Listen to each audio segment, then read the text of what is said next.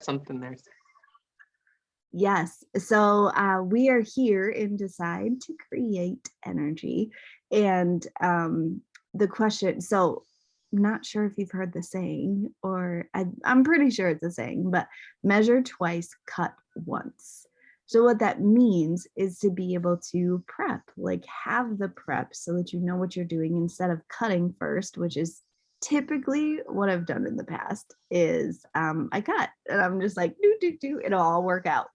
But in the new journal creation, the pages are far from being cut. They're the pages. And so I get to create, and it's a weird thing. Like when you're used to having boundaries around what you do and like being told where the lines are, and then the lines are gone. Like, how do we decide to create energy in the new boundaries that are our own? Like, we get to decide what they are.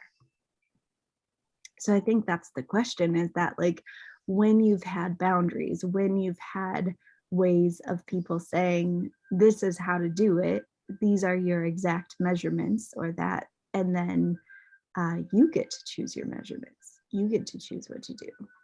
How do we decide that?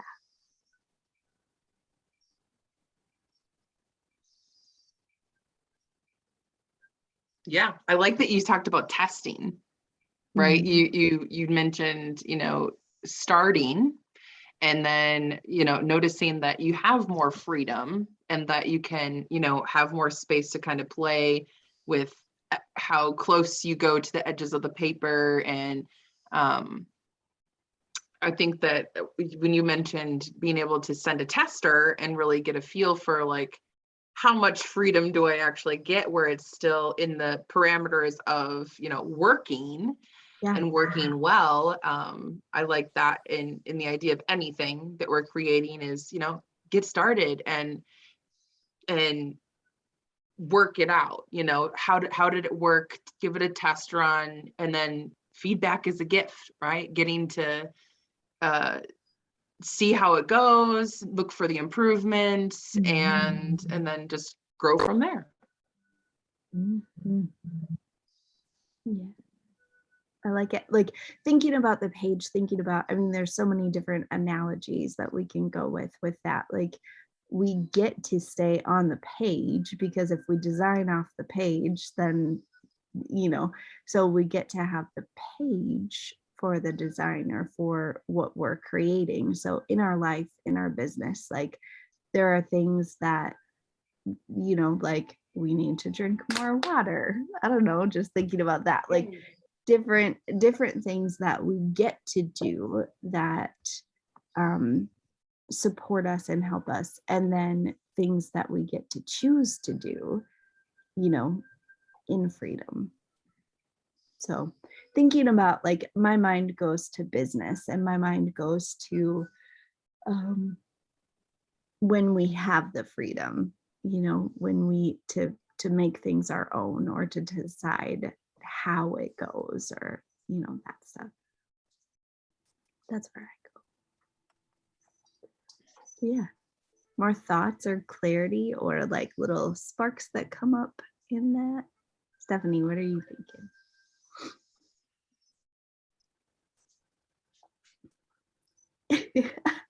On the spot. I got nothing. Yes, which I know is far from your favorite. So going into like the energy of shifting, like I love the conversation in the mastermind that was happening in the first hour of the day,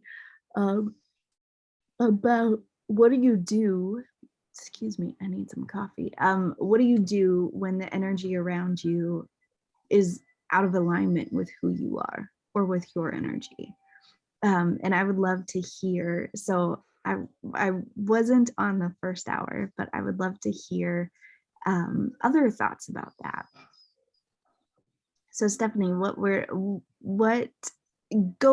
you go deeper into your masterminding about it from this morning? Well, my first reaction is always the path of least resistance. If you can remove yourself from the situation, then do so. Yeah. But it's not always possible. Right. And if someone's dragging you down, that is like the most draining thing ever. Like if someone is not matching what you're anticipating, like that is the most draining thing ever. Shifting the conversation, trying to change the topic, whatever that is, takes a lot of energy. And like sometimes like you just have to full stop and like point out to the person, like, can you say something positive about what's going on here? Like, or do you realize like all you've said is negative things? Because it just, sometimes they don't realize that's the conversation. Right. And then like, it's kind of like you see the wheels turning in their head and it's like but wait, oh, no. Oh yeah, I guess so, huh? Yeah. Isn't that interesting how like when a person or a company or, whatever it looks like when the normal is negative, positive doesn't even come to mind, and then the negative feels like it's positive because there's so much worse that they could be saying or doing or, and it's, being able to say, like, I use the, like, tell me something good. Could you just tell me something good? Like right now in the moment, tell me something good, because then it shifts the energy, and then if what they say isn't 17 seconds or more, then I add to it, whether they ask me or not. So I think that that's a great thing to be able to do what we can to bring it up, but how interesting that when negative is the normal, positive feels out of reach. So we get to bring that positivity. So yay, thank you for going deeper with that. And we are at Central Standard Time 9:01. So we are I'm gonna loft this over to Beck.